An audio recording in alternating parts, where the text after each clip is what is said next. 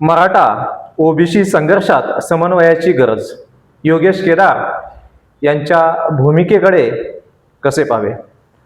नमस्कार, मी संपादक श्री प्रमोदजी स्वस्ते ॲट प्रगती चळवळ. आजचा विषय अत्यंत संवेदनशील आहे, पण त्याचवेळी तो महाराष्ट्राच्या सामाजिक भवितव्याशी जोडलेला आहे. आज आपण चर्चा करणार आहोत ओबीसी आंदोलनात सहभागी होणारे, स्वतः कुणबी प्रमाणपत्र धारक असल्याचे सांगणारे आणि त्याचवेळी मराठा समाजातील पात्र घटकांना ओबीसी आरक्षणाचा लाभ मिळाला पाहिजे अशी भूमिका घेणारे ॲडव्होकेट योगेश केदार यांच्याबद्दल. त्यांनी सोशल मीडियावर एक संदेश प्रसिद्ध केला आहे. त्यामध्ये त्यांनी स्पष्टपणे सांगितले आहे की 1 सप्टेंबरच्या लक्ष्मण हाके यांनी पुकारलेल्या ओबीसी आंदोलनात प्रमाणपत्र धारक ओबीसी म्हणून ते सहभागी होणार आहेत आणि त्याचवेळी त्यांची भूमिका आहे की मराठा समाजातील पात्र घटकांनाही 50% मर्यादेच्या आत ओबीसी आरक्षणाचा लाभ मिळाला पाहिजे. आता प्रश्न असा आहे, ही भूमिका नेमकी कशी समजून घ्यायची? ही भूमिका राजकीय भूमिका आहे का? ही सामाजिक न्यायाची भूमिका आहे का? की मराठा आणि ओबीसी समाजातील वाढता संघर्ष कमी करण्यासाठी समन्वयाची भूमिका आहे? आजच्या या व्हिडिओमध्ये आपण याच विषयाचा सविस्तर विचार करणार आहोत. माझा या विषयाची संबंध प्रथमतः मी स्पष्ट करतो, काही गोष्टी क्लिअर असलेल्या चांगल्या.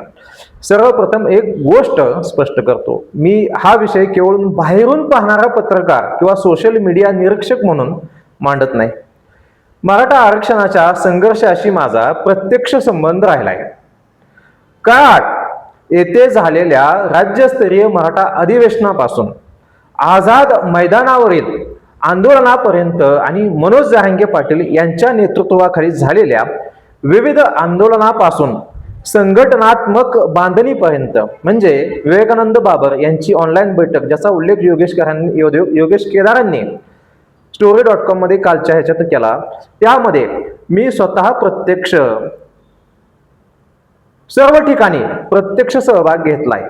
काही ठिकाणी संघटनात्मक पातळीवर योगदान दिले आहे आणि सर्वात महत्त्वाचे म्हणजे मराठा समाजाच्या आरक्षणाच्या मागणीसोबतच कुणबी नोंदींच्या आधारे ओबीसी आरक्षणाचा लढाही जवळून समजून घेतलाय. त्यामुळे या प्रश्नाकडे माझा दृष्टिकोन केवळ एका बाजूचा नाही. माझ्या दृष्टीने हा प्रश्न मराठा विरुद्ध ओबीसी असा नसून न्याय, हक्क विरुद्ध अन्याय असा असायला हवा.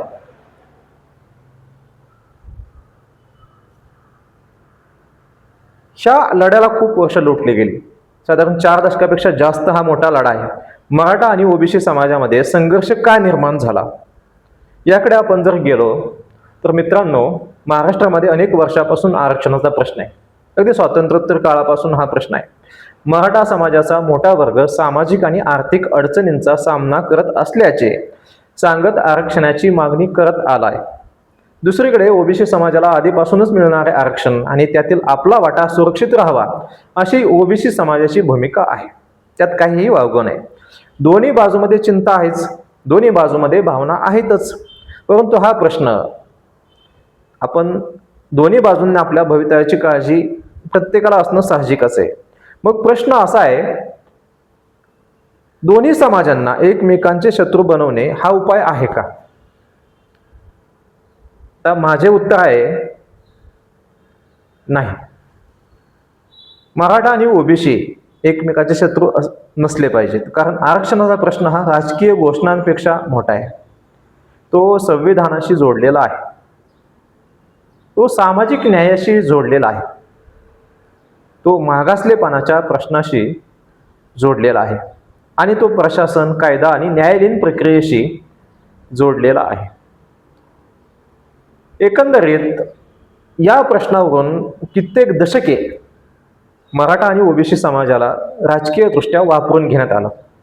आता योगेश केदार यांच्या भूमिकेचे महत्त्व काय? आता आपण योगेश केदार यांच्याकडे येऊ. त्यांनी सांगितले, मी प्रमाणपत्र धारक ओबीसी म्हणून 1 सप्टेंबरच्या ओबीसी आंदोलनात सहभागी होणार आहे. लोकशाही आहे. निश्चितपणे याचा अर्थ ते ओबीसी समाजाच्या हक्काच्या प्रश्नापासून दूर जात नाहीत. पण त्याच वेळी ते म्हणतात मराठा समाजाच्या पात्र घटकांनाही ओबीसी आरक्षणाचा लाभ मिळाला पाहिजे. ही भूमिका त्यांची दुटप्पी नाही, ही समन्वयकाची भूमिका आहे. इथे त्यांच्या भूमिकेचे खूप वेगळेपण दिसते. कारण साधारणपणे राजकीय आणि सामाजिक वातावरणात आपण पाहतो, नेमकं काय पाहतो आपण, एक व्यक्ती मराठा समाजाची बाजू घेत असेल तर ती ओबीसींच्या विरोधात आहे असे मानले जाते, आणि एखादी व्यक्ती ओबीसींची बाजू घेत असेल तर ती मराठ्यांच्या विरोधात आहे असे मानले जाते. पण योगेश केदार यांची भूमिका या दोन टोकामध्ये एक वेगळा प्रश्न उपस्थित करते. आपला हक्क सुरक्षित ठेवून दुसऱ्याच्या न्याय हक्कासाठी उभे राहता येते का?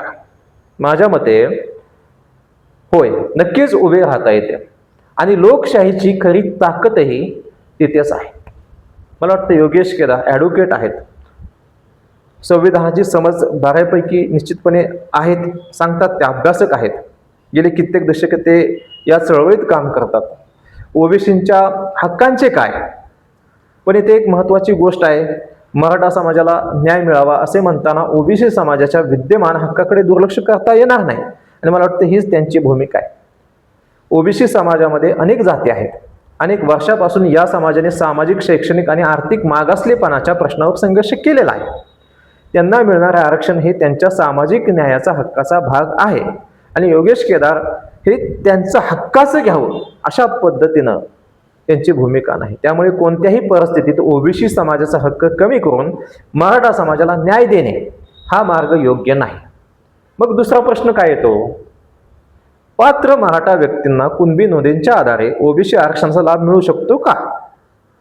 याचे उत्तर भावनेने नव्हे, तर ऐतिहासिक नोंदी, कागदपत्रे, वंशावळ, प्रशासकीय प्रक्रिया आणि कायदा यांच्या आधारे ठरवावे लागेल.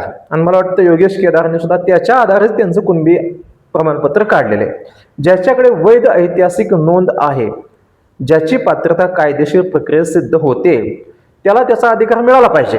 पण त्याच वेळी सरसकट कोणत्याही व्यक्तीला कोणत्याही पुराव्याशिवाय आरक्षण देणेही योग्य नाही.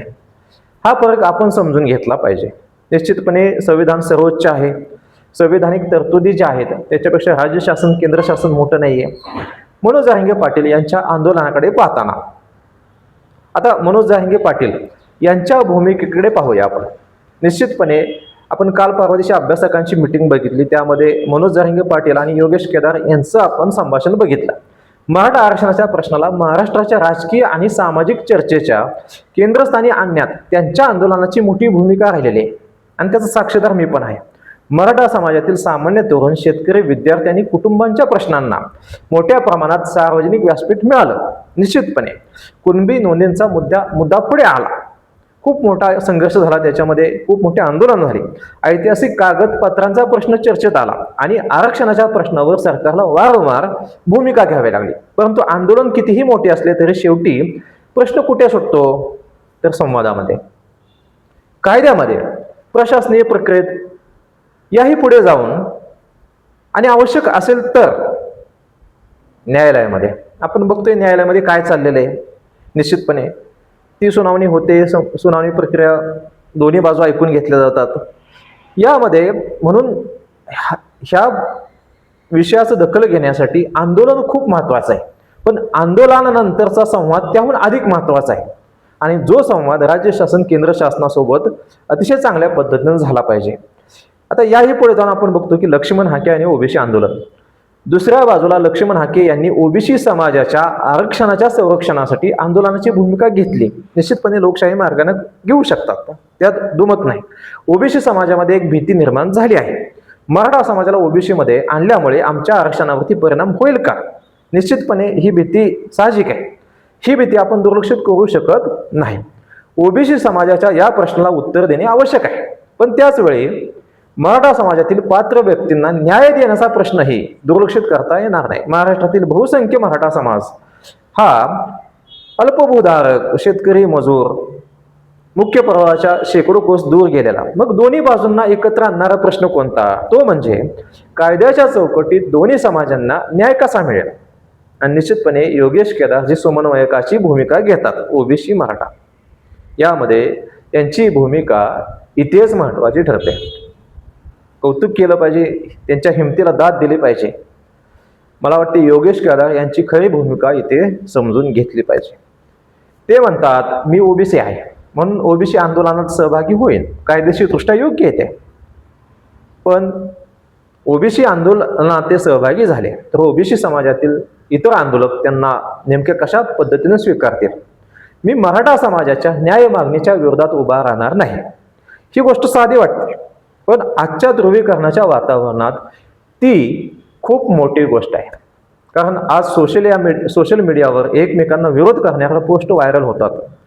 कमेंट्स आपण जर बघितल्या तर अतिशय वेगळ्या पद्धतीच्या कमेंट्स येतात. एक समाज दुसऱ्या समाजाच्या विरोधात उभा राहतो, ट्रोल केलं जातं एकमेकांना आणि राजकीय वातावरण तापते. अशा परिस्थितीत जर एखादी व्यक्ती म्हणत असेल मी माझ्या समाजाच्या हक्कासाठी उभा आहे पण दुसऱ्या समाजाच्या न्याय हक्काचाही आदर करतो, तर त्या भूमिकेवर चर्चा झाली पाहिजे. योगेश केदार यांची ही भूमिका निश्चितपणे कौतुकास्पद आहे. संविधानिक लवचिकता, संविधानिक कठोरता हे त्यांच्या संविधानिक समज त्यांच्या भूमिकेमध्ये दिसते. माध्यम म्हणून आपली भूमिका काय? निश्चितपणे आमची भूमिका महत्त्वाची आहे. आता मला माझ्या भूमिकेबद्दल बोलायचं आहे. प्रगती चळवळ हे केवळ बातम्या देणारे माध्यम नाही. आम्ही सामाजिक प्रश्नावर चर्चा करतो. आरक्षणाचा प्रश्न असो, शेतकऱ्यांचा प्रश्न असो, शिक्षणाचा प्रश्न असो, सामाजिक न्यायाचा प्रश्न असो. आमची भूमिका अशी असली पाहिजे की समाजांना भिडवायचे नाही, प्रश्न समोर आणायचे, दोन्ही बाजू ऐकायच्या आणि संविधानाच्या चौकटीत समाधानाचा मार्ग शोधण्याचा प्रयत्न करायचा. संविधान सर्वोच्च आहे. म्हणूनच मला वाटते योगेश केदार यांच्या भूमिकेला माध्यम म्हणून व्यासपीठ मिळाले पाहिजे. त्यांच्या प्रत्येक विधानाशी सहमत असणे आवश्यक नाही, पण त्यांची भूमिका ऐकली पाहिजे, त्यावर प्रश्न विचारले पाहिजेत, त्यांचे म्हणणे तपासले पाहिजे आणि जर त्यातून दोन समाजामध्ये संवाद निर्माण होणार असेल तर त्याला प्रोत्साहन दिले पाहिजे. सकारात्मक दृष्टिकोन खूप महत्त्वाचा आहे. प्रत्येक गोष्ट नकारात्मकतेने जर आपण पाहिली, त्या चष्म्यातनं जर बघितली तर मला वाटतं डोळ्यासमोर अंधार दिसेल. क्रांतिकारकाचा नातू या ओळखीचा अर्थ काय? योगेश केदार यांचा उल्लेख क्रांतिकारकाचा नातू म्हणूनही केला जातो. त्यांचे आजोबा हे क्रांतिकारकामध्ये होते. आता ही गोष्ट केवळ अभिमानाची बाब म्हणून पाहण्यापेक्षा तिला सामाजिक अर्थ समजून घेणे आवश्यक आहे. क्रांतिकारकाचा वारसा म्हणजे फक्त नाव नाही, तो विचार आहे आणि तो विचार योगेश केदार जपतायत. दोन समाज एकमेकांमध्ये लढला नाही पाहिजे, ही समन्वयकाची भूमिका त्यांची असावी. तो अन्यायाविरुद्ध उभे राहण्याचा दृष्टिकोन आहे. तो समाजातील दुर्बल माणसाच्या बाजूने उभे राहण्याची प्रेरणा आहे. म्हणून तर क्रांतिकारकाचा वारसा आजच्या काळात जपायचा असेल तर प्रश्न असा असायला हवा, माझ्या समाजाचा हक्क मला हवाय पण दुसऱ्याचा हक्क हिरावून घेऊन नाही. हीच भूमिका लोकशाहीला मजबूत करते. पण योगेश केदार यांची ही कसोटी आहे. इथे मी एक गोष्ट स्पष्ट सांगू इच्छितो, योगेश केदार यांच्या भूमिकेचे कौतुक करताना त्यांना प्रश्न विचारण्याचा अधिकार आपण सोडू नये.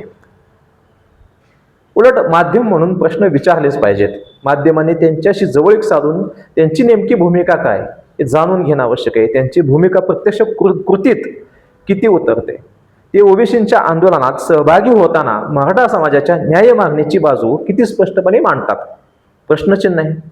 ओबीसी समाजाला त्यांची भूमिका किती पटते, हेही प्रश्नचिन्ह आहे. मराठा समाज त्यांच्या समन्वयाच्या भूमिकेकडे किती विश्वासाने पाहतो, हाही सर्वात मोठा प्रश्न आहे. आणि सर्वात महत्त्वाचे, कायदा आणि संविधानाच्या चौकटीत ते नेमका कोणता मार्ग सुचवतात, हा सर्वात महत्त्वाचा प्रश्न आहे. आता हे प्रश्न महत्त्वाचे आहेतच, कारण समाजाला आता केवळ घोषणा नको आहेत, वैताग आलाय. समाजाला मार्ग हवाय, सोल्युशन्स महत्त्वाचे आहे. आणि याही पुढे जाऊन मराठा समाजाने काय पाहावे, त्यांच्याकडे मराठा समाज नेमकं कसा बघतोय. ट्रोल केलं जातं निश्चितपणे.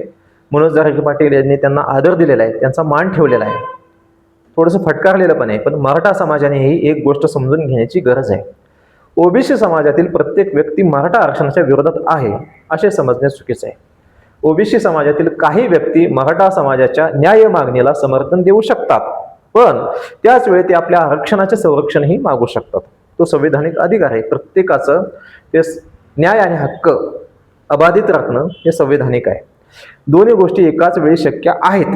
त्याचप्रमाणे मराठा समाजातील व्यक्तीही ओबीसी समाजाच्या हक्कांचा आदर करू शकतात. म्हणून समाजाच्या पातळीवर शत्रुत्व निर्माण करण्याऐवजी नेतृत्वाच्या पातळीवर संवाद वाढवला पाहिजे. आणि मला वाटतं योगेश केदार याच भूमिकेमध्ये पहिलं पाऊल टाकतायत. इथून पाठीमागे त्यांनी संवाद साधायचा प्रयत्न केला, पण निश्चितपणे दोन्ही बाजून ते ट्रोल होत आहेत. आता यामध्ये ओबीसी समाजाने काय पाहावे, एक प्रश्न महत्वाचा आहे. ओबीसी समाजानेही मराठा समाजाच्या प्रश्नाकडे फक्त आपल्या आरक्षणावर होणाऱ्या संभाव्य परिणामाच्या चष्म्यातून पाहू नये. संकुचित वृत्ती नको तुमची. मराठा समाजातील सामान्य तरुण बेरोजगारीचा सामना करतो, शिक्षणातील स्पर्धेचा सामोरा जातो, निश्चितपणे सामोरा जातो, शेतीच्या संकटाला सामोरा जातो, त्यांच्या कुटुंबावर आर्थिक दबाव असतो. या प्रश्नांकडे ही संवेदनशीलतेने पाहिले पाहिजे. पण त्याच वेळी ओबीसींच्या विद्यमान आरक्षणाचे संरक्षण हा देखील तितकाच न्याय प्रश्न आहे. म्हणून दोन्ही बाजूंना एकमेकाचे प्रश्न समजावून घ्यावे लागतील. विसंवादाची दरी वाढली तर इथे संवाद हवा. हा संवाद साधण्यासाठी योगेश केदार पुढाकार घेत आहेत. आपल्याला नेमका कोणता महाराष्ट्र हवा? महाराष्ट्र राजकारणामध्ये आपण अनेक उलतापलते बघतोय आता. हा प्रश्न प्रत्येकाने स्वतःला विचारला पाहिजे. आपल्याला असा महाराष्ट्र हवा आहे का जिथे मराठा आणि ओबीसी समाज सतत एकमेकांच्या विरोधात आंदोलन करतील? प्रश्नचिन्ह आहे. की असा महाराष्ट्र हवा आहे जिथे मराठा समाज म्हणेल आमच्या पात्र लोकांना न्याय द्या, आणि ओबीसी समाज म्हणेल आमचे विद्यमान हक्क सुरक्षित ठेवा, आणि सरकार म्हणेल दोन्ही मागण्यांचा संविधानिक आणि कायदेशीर मार्गाने विचार करू. मला वाटतंय हीच भूमिका राज्य शासनाने घेतली तर खूप उत्तम होईल. माझ्या मते दुसरा महाराष्ट्र आपल्याला घडवायचा आहे. तो कोणता आहे? योगेश केदार यांच्या मागे का उभे राहावे हा प्रश्न महत्वाचा आहे. मी ते एक गोष्ट स्पष्ट करतो. योगेश केदार व्यक्ती म्हणून नव्हे तर त्यांच्या समन्वयाच्या भूमिकेमागे माध्यम म्हणून उभे राहण्याची गरज आहे. म्हणून हा व्हिडिओ तयार केला. हा व्हिडिओ महत्वाचा का तर एक सकारात्मक दृष्टिकोन जर असेल तर त्याच्या पाठीमागे का उभे राहू नये. कारण आज या संघर्षात एक गोष्ट कमी पडते आहे, ती म्हणजे समन्वयक आवाज. एकीकडे मराठा आंदोलनाचे नेतृत्व आहे, दुसरीकडे ओबीसी आंदोलनाचे नेतृत्व आहे. दोन्ही बाजूंना आपापले प्रश्न आहेत, पण या दोन प्रवाहामध्ये संवाद घडवून आणणारे लोक किती आहेत हा प्रश्न महत्वाचा आहे. ही पोकळी भरून काढण्याची गरज आहे. आणि जर योगेश केदार ही भूमिका स्वीकारत असतील तर त्यांना प्रश्न विचारा, त्यांची भूमिका तपासा, पण त्यांचा संवादाचा प्रयत्न नाकारू नका. ही असंवैधानिक त्यांचा जर आपण संवादाचा प्रयत्न आपण नाकारला तर निश्चितपणे कुठेतरी अन्याय केल्यासारखं होईल. शेवटी मित्रांनो, आज महाराष्ट्राला एका नव्या सामाजिक कराराची गरज आहे. हा करार कोणत्याही एका समाजाविरुद्ध नसावा. तो असा असावा मराठ्यांचा न्याय हक्क सुरक्षित, ओबीसींचा विद्यमान हक्क सुरक्षित, पात्रतेवर आधारित आरक्षण, ऐतिहासिक नोंदींचा सन्मान, कायद्याचे पालन, संविधानाचा आधार आणि सामाजिक सलोखा. माझा स्वतःचा मराठा आरक्षणाच्या संघर्षातील अनुभव मला एक गोष्ट शिकवतो. आंदोलनाने प्रश्न निर्माण होतो आणि सरकारला उत्तर द्यावे लागते, पण कायमस्वरूपी समाधानासाठी संवाद, कायदा आणि संविधान आवश्यक असते. मनोज जरांगे पाटील यांनी मराठा समाजाची ताकद दाखवली, जगमान्य ताकद झाली. लक्ष्मण हाके यांनी ओबीसी समाजाच्या चिंतेला आवाज दिला. निश्चितपणे आता गरज आहे या दोन्ही आवाजामध्ये संवाद निर्माण करण्याची. आणि म्हणूनच योगेश केदार यांच्या 1 सप्टेंबरच्या भूमिकेकडे मी केवळ राजकीय विधान म्हणून पाहत नाही, मी त्याकडे मराठा ओबीसी संघर्षामध्ये समन्वयाचा एक संभाव्य प्रयत्न म्हणून पाहतो. हा प्रयत्न यशस्वी होईल का? प्रश्नचिन्ह. हे काळ ठरवेल, पण प्रयत्नाची सुरुवात तरी झाली पाहिजे.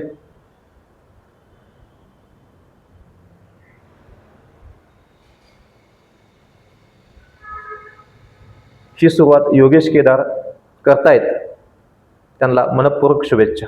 मी संपादक श्री प्रमोदजी सस्ते, प्रगती चळवळ. आमची भूमिका स्पष्ट आहे.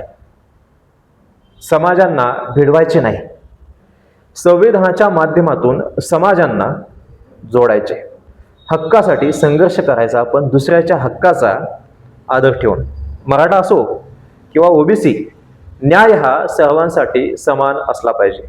आपल्याला हा विषय महत्त्वाचा वाटत असेल तर व्हिडिओ शेअर करा, आपले मत कमेंटमध्ये नक्की मांडा आणि अशाच सामाजिक, राजकीय आणि संवैधानिक विषयाच्या विश्लेषणासाठी प्रगती चळवळला नक्की जोडलेले राहा. जय संविधान, जय महाराष्ट्र.